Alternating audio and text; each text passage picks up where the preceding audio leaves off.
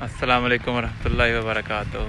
ये मरजान ट्रेडर जाम के चिट्ठा वज़ीराबाद से मुखातब है जी।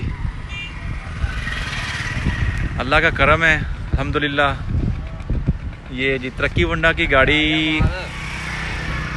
हाँ जी पाजी, ये अल्हम्दुलिल्लाह पहुंच गई है जी। ये हमारा ऑर्डर माशाल्लाह 8वां ऑर्डर आया है, छोटे बड़े ऑर्डर मिला के 8वां ऑर्डर आया है।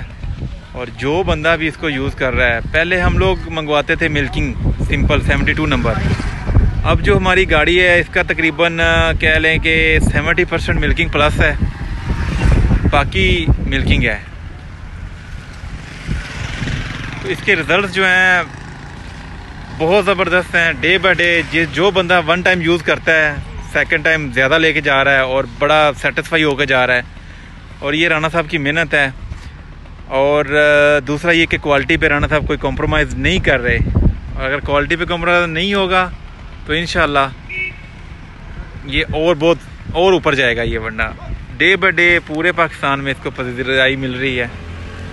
और हम लोग उम्मीद करते हैं आने वाले कुछ अरसे में अनमोल ये तरक्की वंडा ही होगा इंशाल्लाह।